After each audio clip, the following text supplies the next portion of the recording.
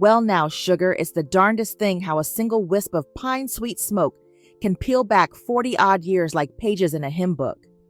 One moment I'm here in my tidy little kitchen, July twilight settling soft against the window panes, and the next, land sakes, I'm 33 again, fresh off the Greyhound, toe still numb from the ride, standing on that lonely gravel ribbon that passes for a road between Idaho and Montana. Oh, before I wander clean off the trail, would you be a dear and tap that little thumbs up or drop a how do you do below? It keeps this old heart humming, same as a porch swing squeaking in good company. The smell drifted in just after supper, wrapping itself around me like Earl Whitaker's denim jacket, used to when the night breeze turned mean, and it plucked a note so sharp I near about dropped my teacup. I pressed my hand to the sill, looked out into the blue-black timber, and for a heartbeat I saw that lantern again, faint, jittery, bobbing through the pines, just the way it moved that first week of August 1981, when Earl carried a burlap sack heavier than sin and a shovel worn thin at the blade. Back then, I'd only been in Willow Creek 2 weeks, hunting peace and quiet after the shouting days with Harold, and every neighbor I met swore Earl was steady as bedrock, a man who'd split your firewood before you even thought to ask. He surely was kind to me, fixed the fan belt on my Dodge, brought a quart of chicken soup when a summer cold had my nose red as a tomato, never pried into the bruises memory leaves behind. That night, though, I stood at my window, different curtains now, same hush of crickets, and watched him tuck that sack into the ground like a mama covering a restless child. I told myself it was venison, no sense wasting good meat. But when it hit bottom, there came a dull, awful thud, like a melon meeting linoleum, and my breath snagged on the back of my throat. I remember smoothing my apron, whispering, "Mary Louise, don't go telling stories," though my knees answered with a tremble you could see clear across the floor. Funny thing is, what scared me even more was the notion of being alone again, stuffing my life back into suitcases because a stranger did something I couldn't name. You ever find a place so quiet you can hear your own past breathing? That valley was like that. Nothing but pine needles, long shadows, and the river grumbling over rocks like an old man who's lost his teeth. In a world that hushed, folks mind their own fences or the silence crawls inside them and rattles around. So I turned off the porch light, locked the door, and sat till dawn with a mug of cold coffee, listening for footsteps that never came. Tonight, as the smoke curled under my eaves, I felt the same prickle along my spine, like the universe nudging me gentle, asking if I remember the vow I made to keep certain things buried. That, darling, is why I'm talking to you now, because some stories get restless. They paw at the earth until you let them stretch. Pour yourself something warm, settle in, and stay with me till the end, won't you? By the time I'm through, you'll know why I married the man in that lantern glow, and why the soft dirt out back still whispers his name. Now tell me, honestly, hand over heart, if it had been you at that window, would you have called the sheriff?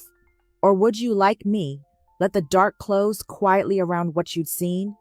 Well now, child, if we're to tug this old thread from the very beginning, picture me barefoot on Mama's porch in the July of 1948, fireflies blinking like tiny church candles while the radio warbled Eddie Arnold across the fields, and you'll have the first square of my patchwork. Back then, I was Mary Louise Abernathy, all elbows and sunburn, certain the world ran on peach ice cream and the promise that Daddy's truck would rumble up the lane each evening right on time. Cedar Grove, Oklahoma, wasn't much. One gravel strip with a barber who doubled as mayor, a dime store that smelled of licorice and oiled pine, and a white steeple so bright it near about pierced the sky. But to my 9-year-old eyes, it was richer than Babylon. We had rhythms instead of schedules. The rooster crowed, Mama brewed chicory, Daddy fed the hogs, and I pedaled my trusty blue Schwinn toward adventure. the cards and the spokes clacking like applause.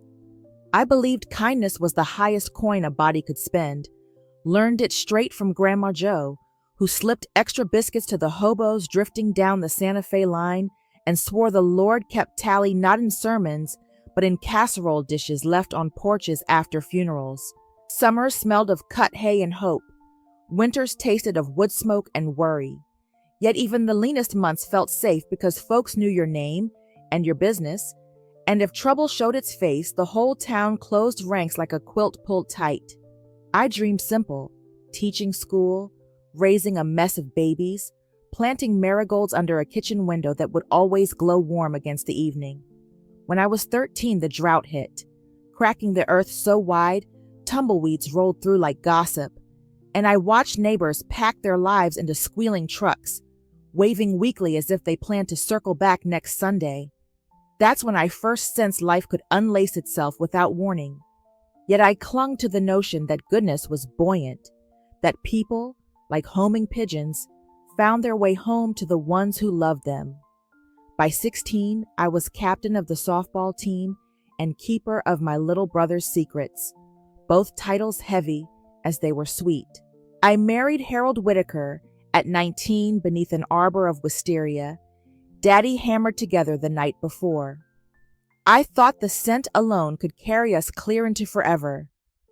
Harold was handsome as harvest moonlight, quick with a joke, slow with a thank you, and I mistook his thunder for strength until the storm set in regular.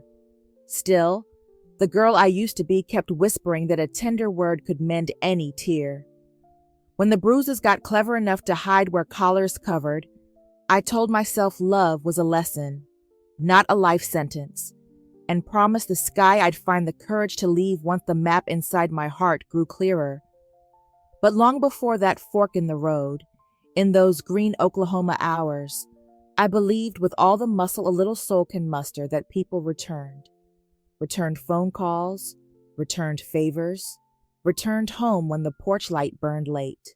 So when I stepped off that Greyhound outside Willow Creek in 1981, clutching a suitcase stuffed with dog-eared novels and second chances, I carried more than clothes. I carried a stubborn faith planted back there among cottonwoods and Sunday socials. And child, that faith was both lantern and blindfold the night I spied Earl Whitaker easing through the pines with a shovel glinting mean in the moonlight. If you listen close, you can still hear Cedar Grove rustling in my voice, telling me kindness fixes everything, even as the Idaho wind replies that some roots go crooked, no matter how true the seed. Sun had already slipped behind the Bitterroot Range that July evening, tinting the clouds rose mint like the ribbon Mama used to tie my braids, when my Dodge coughed its last sigh right where the forest shoulder crumbles into scrub. I sat there gripping the wheel, listening to the engine tick itself cool, feeling small as a June bug under a boot heel. Daddy always said a lady keeps a calm head and a good length of twine in her trunk, but mercy me, twine won't patch a fan belt. I thought of Mama humming church tunes while shelling peas, of my stern 8th grade teacher, Miss Barton, rapping the desk and telling us to face trouble square, and of Harold, my first love turned thundercloud, who would have called me careless then driven off in disgust. A lump settled in my throat the way dust settles on forgotten piano keys. Just when the quiet got so thick I could hear my own pulse, a single headlight spilled down the road like spilled buttermilk, and out of that glow stepped Earl Whitaker, tall, flannel-shouldered, eyes soft as creek water after spring melt. He tipped his cap the old-fashioned way, asked if I needed a hand, and something in the timbre of his voice, steady, low, with a hint of lonesome fiddle, made my heart hitch faster than a grasshopper on a griddle. I couldn't have told you why then. I only knew a pulse of surprise warmed my cheeks. Land's sakes, Mary Louise, I scolded myself. You don't even know the man's middle name. But there he was, laying his coat on the dusty ground so I wouldn't kneel in the dirt, fingers working sure and gentle beneath the hood, whistling Moon River like a secret between old friends. In that moment, the forest smelled not of pine and diesel, but of new doorways cracking open, and my childhood belief that kindness circles back fluttered awake like a firefly caught in a mason jar. We talked while he cinched a length of spare rope to limp me 2 miles into Willow Creek. Talked about nothing and everything. The price of flour, the way coyotes sound like laughing children after midnight, the comfort of a front porch when thunderstorms rumble. I found myself telling him about Cedar Grove, about Daddy's sermons on decency, about Grandma Jo, who slipped biscuits to every hungry soul riding the rails. He listened the way a thirsting garden listens to rain, head tilted, eyes never straying, as though my words were precious seeds he meant to tend. The ribbon of road ahead seemed shorter with each mile, and with every glance at his profile, cheekbones carved like weathered barnwood, jaw peppered with stubble, I felt the pages of my story turning faster than I dared read. When we rolled into town, he refused a penny for his trouble, only asked if my pup liked company, said he had a pocket full of jerky should the little fella fancy a treat. That gentle question struck deeper than any bouquet could have, for back in Cedar Grove, we judged a person by how they treated dogs and widows. I watched him fade into the lamplight, and for the first time since crossing state lines, I sensed myself tethering to this hushed green valley. I couldn't yet name the tremor inside me, but I knew the meeting mattered, same as a key matters to a lock. Something in Earl's quiet courtesy promised shelter not from storms alone, but from the echo of old wounds. Later, I would learn a man can carry storms inside his own ribcage, yet that evening, standing beside my mended Dodge, I whispered a thanks to the heavens for sending a stranger who reminded me of Daddy's creed. Goodness given away never truly leaves you. I didn't see the shadow under his kindness, nor could I fathom how far kindness might travel before turning back. All I knew was the night air tasted of possibility, and my heart, tender thing, had taken its first unsteady step toward the very place where fate was already digging its roots. Autumn settled over Willow Creek quicker than a sneeze through a screen door, and with it came the first snag in that tidy picture I'd painted of fresh starts and friendly neighbors. Suddenly, every chirp of a cricket sounded like a warning bell. The general store hired me 3 afternoons a week to mind the ledger, but word traveled faster than freight. New divorcee from Oklahoma, keeps to herself, lives out by the timberline with a dog big enough to scare the bears. Some folks warmed quick as biscuits. Sweet Mrs. Talbot slipped me apple butter, and the sheriff's wife waved each Sunday. But others eyed me the way barn cats study a strange hound, ready to dart or pounce. One blustery Tuesday, while I stacked canned peaches, I heard 2 ladies whisper I'd run my first husband clear to the bottle. Their pity felt colder than the draft that crept under the back door. I smiled, kept my shoulders square, yet inside the old shame rose like floodwater around my knees.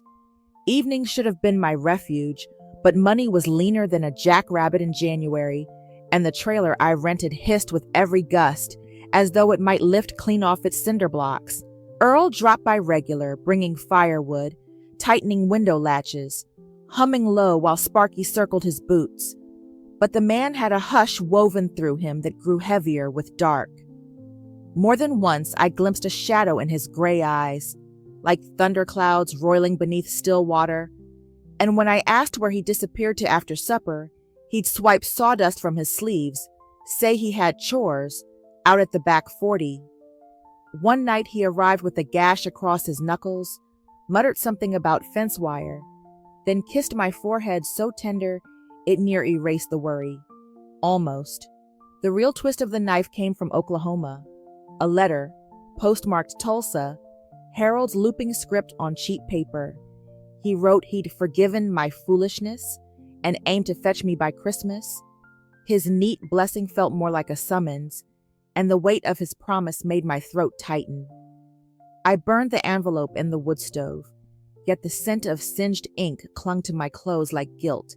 I wanted to run, but roots, no matter how new, dig in when watered by kindness, and Earl's kindness kept blooming around me like wild asters. Still, a fretful voice inside warned I might be mistaking one storm for shelter from another.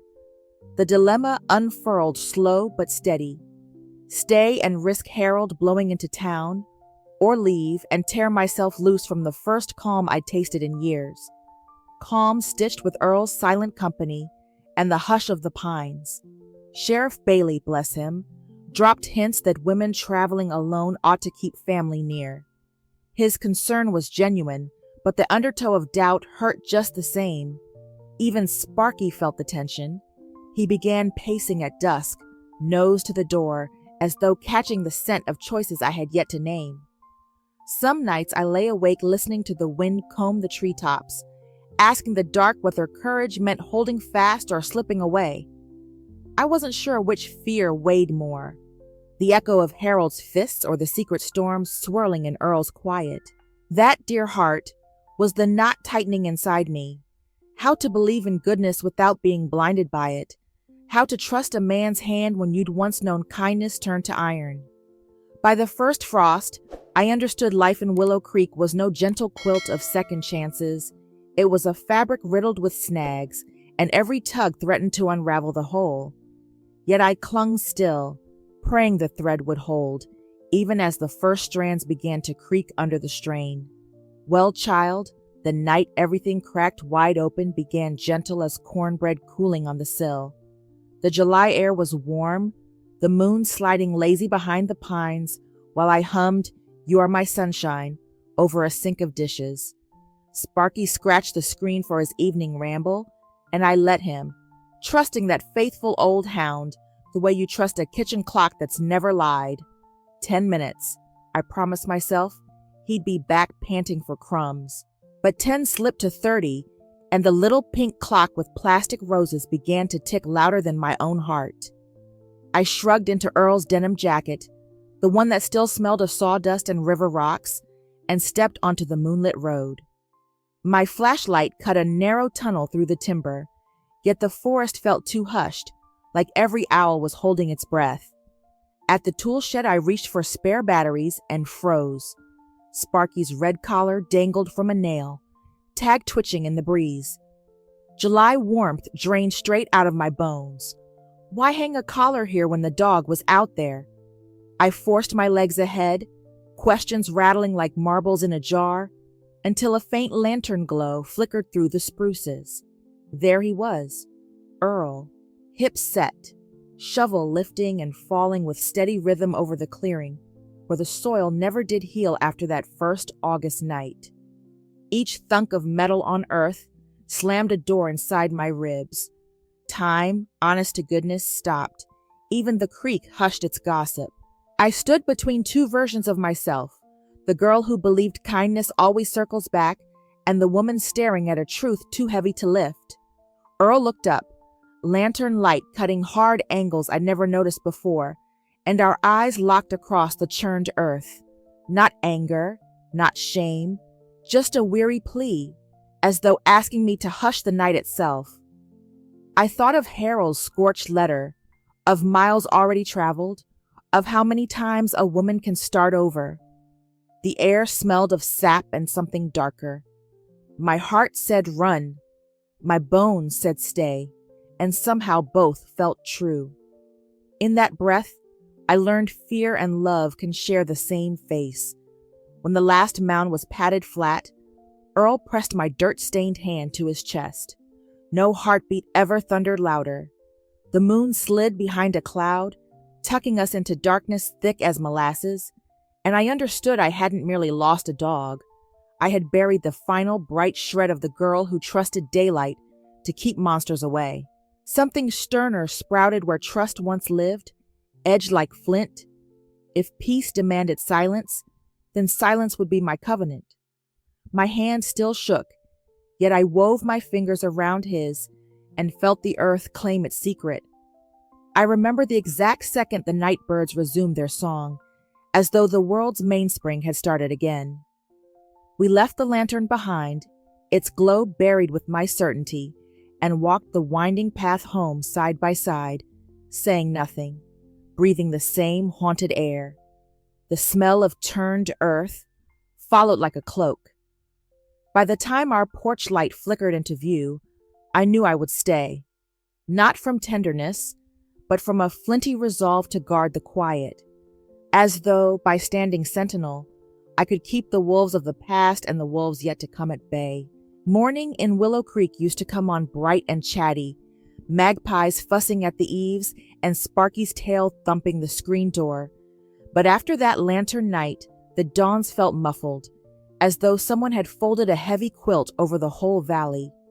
I still brewed chicory, still set 2 mugs on the table by habit, yet nothing tasted the same. Steam rose and curled away like a shy thought before it could settle. Earl and I moved about the trailer like actors who'd forgotten their lines. He'd sharpen a hatchet that scarcely got dull. I'd scrub an already spotless sink, both of us tending to little chores because the big thing between us was too wide to name. Some mornings he'd catch my eye, open his mouth, then close it again, and lean his forehead against the door jamb as if the timber might whisper a confession for him. I learned to live inside pauses, the hush after a cupboard closed, the weighty quiet when the radio clicked off mid-hymn, the long stillness of the woods at midday when even cicadas seemed to hold their breath. Folks in town remarked that Earl had taken to me like a vine to a fence, and I'd smile polite, but behind my lips lay winter, raw and waiting. Mrs. Talbot stopped by with a tin of ginger snaps and asked, too brightly, if I'd lost weight. I told her gardens keep me trim, though truth was grief hollows a body more thoroughly than any diet. The earth out back bore the only flowers that dared bloom, small white stars of alyssum, whose fragrance clung sad sweet to my dress sleeves. I tended them daily, pressing the soil firm, whispering little apologies neither plant nor man could hear. The collar nail, empty now, still glinted in the shed, and each time its shine caught my eye, a tightness cinched my ribs, reminding me that silence can be as sharp as barbed wire. In those weeks, I discovered loneliness is not the absence of people, but the presence of a secret that can't be shared. I wrote letters to Grandma Jo, never mailed them, just folded each page into a Bible I no longer opened, afraid the Psalms might scold me. Nights stretched long as a preacher's Sunday, and I'd sit on the porch with the kerosene lamp turned low, listening to wind comb the needles overhead, wondering whether it remembered the name of every buried thing. Sometimes I fancied Sparky's paw steps padding up the path. I would look, heart vaulting, only to find moonlight pooling silver across empty dirt. The ache didn't roar. Sorrow seldom does. It seeped, cool and consistent, mining little caves behind my smiles where soft echoes of the past could hide. Earl tried. Lord knows he tried. He built a proper pen for chickens we never bought, mended shutters that never flapped, even carved a walking stick for me, though my legs were sound. His gifts lay like unopened parcels between us because gratitude felt too much like permission, and I was still reckoning with the woman I'd become, a guardian of hush, a keeper of uneasy peace. Yet I noticed something fierce sprouting where faith once grew. Call it grit, call it resignation, whatever its name. It steadied my voice when Harold's cousin telephoned, fishing for my whereabouts. "Tell him I'm content," I said, and the steel in my tone surprised us both.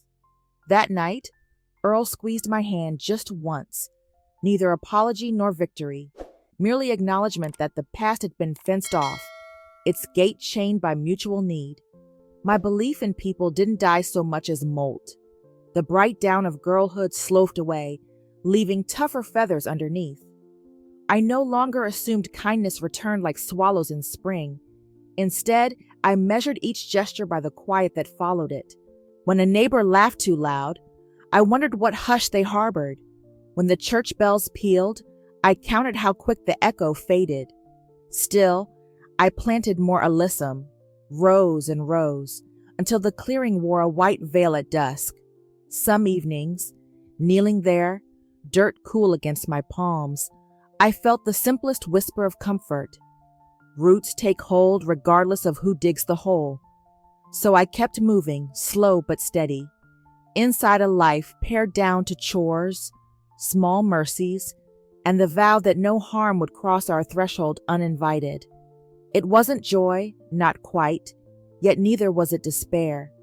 It was a stern sort of steadiness, the way a cliff holds the riverbank, scarred by each season's storm, yes, but still standing, still naming its own edges against the sky. March crept in soft that year, shy as a colt, and with it came a thin, bright thread of something I'd near forgotten. Possibility. It started the morning Postmaster Delaney tapped on my screen door, cheeks pink from the chill, and handed me a letter addressed in shaky pencil, Willow Creek Elementary, attention Mrs. Whitaker. Inside, on wide-ruled paper, a third grader named Lila Jenkins wrote that her class was fixing to put on a spring pageant about tall tales, and they'd heard I once taught literature back in the olden days, which tickled me clear down to my sensible shoes. She asked if I might help them learn how to stand on stage without their knees knocking. I read the note twice, then a third time, the corners of my mouth lifting like a porch awning catching breeze. Teaching, good gracious, it was a room I'd boarded up in my heart, dust thick on the doorknob, yet here was a child tapping politely to be let in. Earl watched me fold the letter, a question flickering behind his eyes, and I surprised us both by saying I'd walk into town after lunch. The schoolhouse stood squat and red beside the river. Paint peeled, but the bells still rang true. Inside, 20-odd faces lit up when I crossed the threshold, their excitement humming like bees in clover. Lila tugged my hand straight to the front, declared, "This is her, the story lady." And just like that, the hush I'd worn for months cracked enough to let a sliver of sun spill through. We practiced Paul Bunyan and Pecos Bill, but I slipped in quieter yarns too, Aesop, a smidge of Frost, teaching them how a well-placed pause can hold an audience tighter than any shout. When the final bell rang, Miss Harris, the principal, pressed a key into my palm, said the library shed behind the gym was full of neglected books, and if I felt like sorting, the space was mine. That ragged little shed became my sanctuary. I'd shuffle the children home, then linger, dust motes swirling in the late light, while I shelved stories by spine color and memory. Some evenings, Earl would appear in the doorway, boots muddy, holding a thermos of cocoa. He never stepped past the threshold.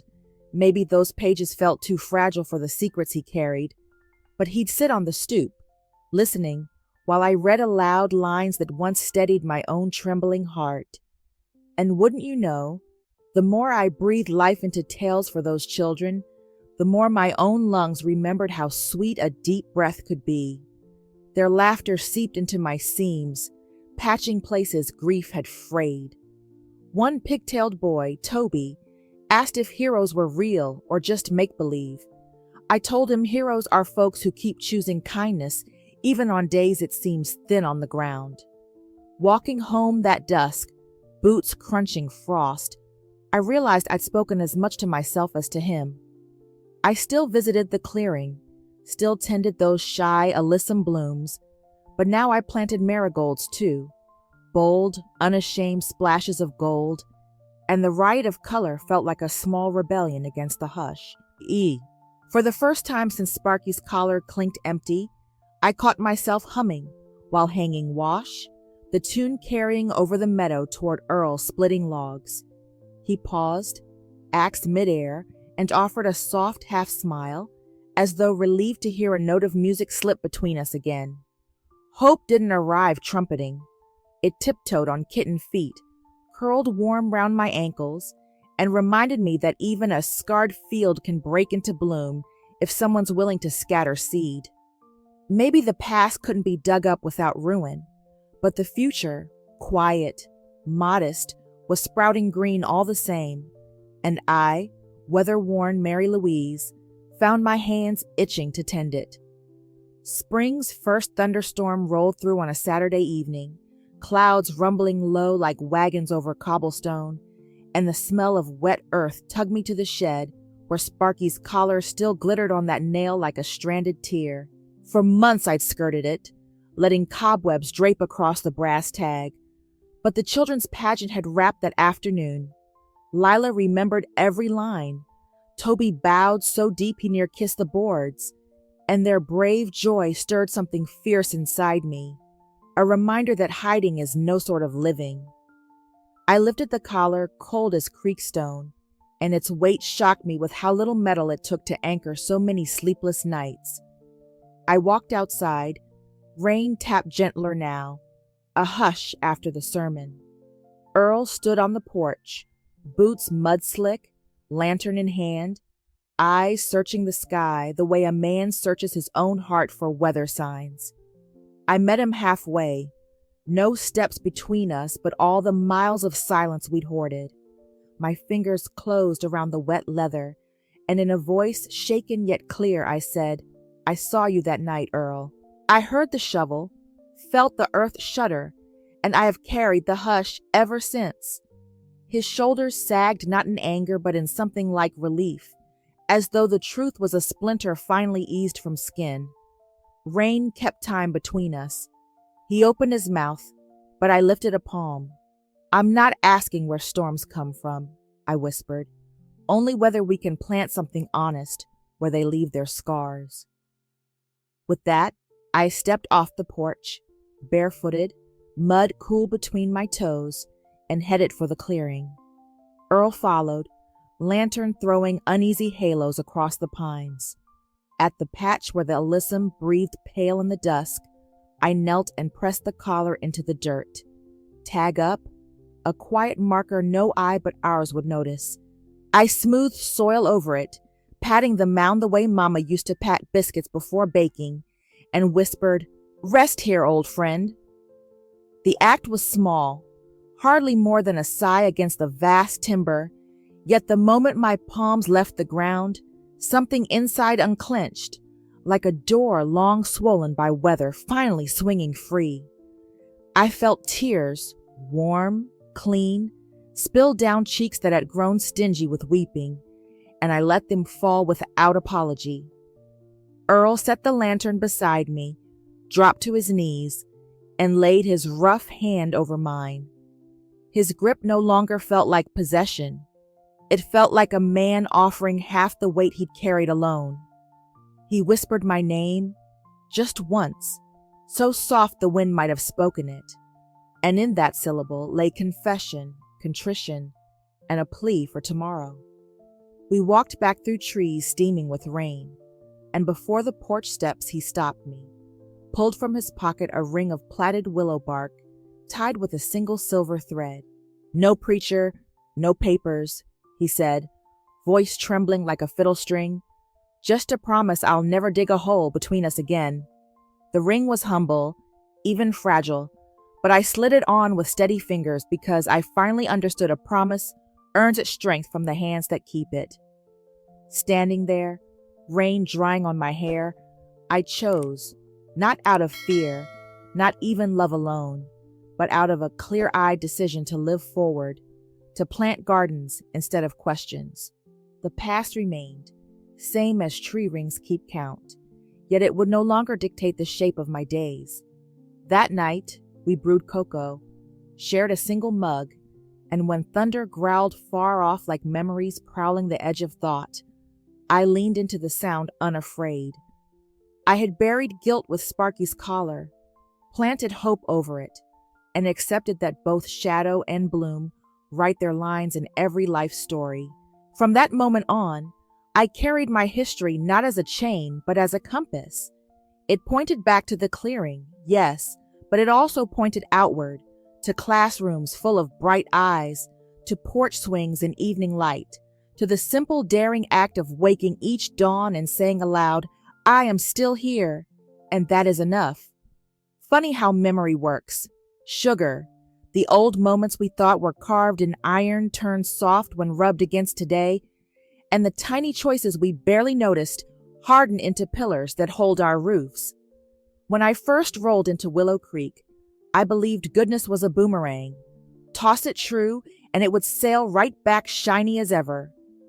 After Sparky's collar found its resting place, I spent long nights thinking the world was more like a wishing well. Drop kindness down the dark and pray it echoes. Truth is, life's neither boomerang nor well. It's a garden patch, and everything we offer, bright or bitter, roots itself somewhere and grows.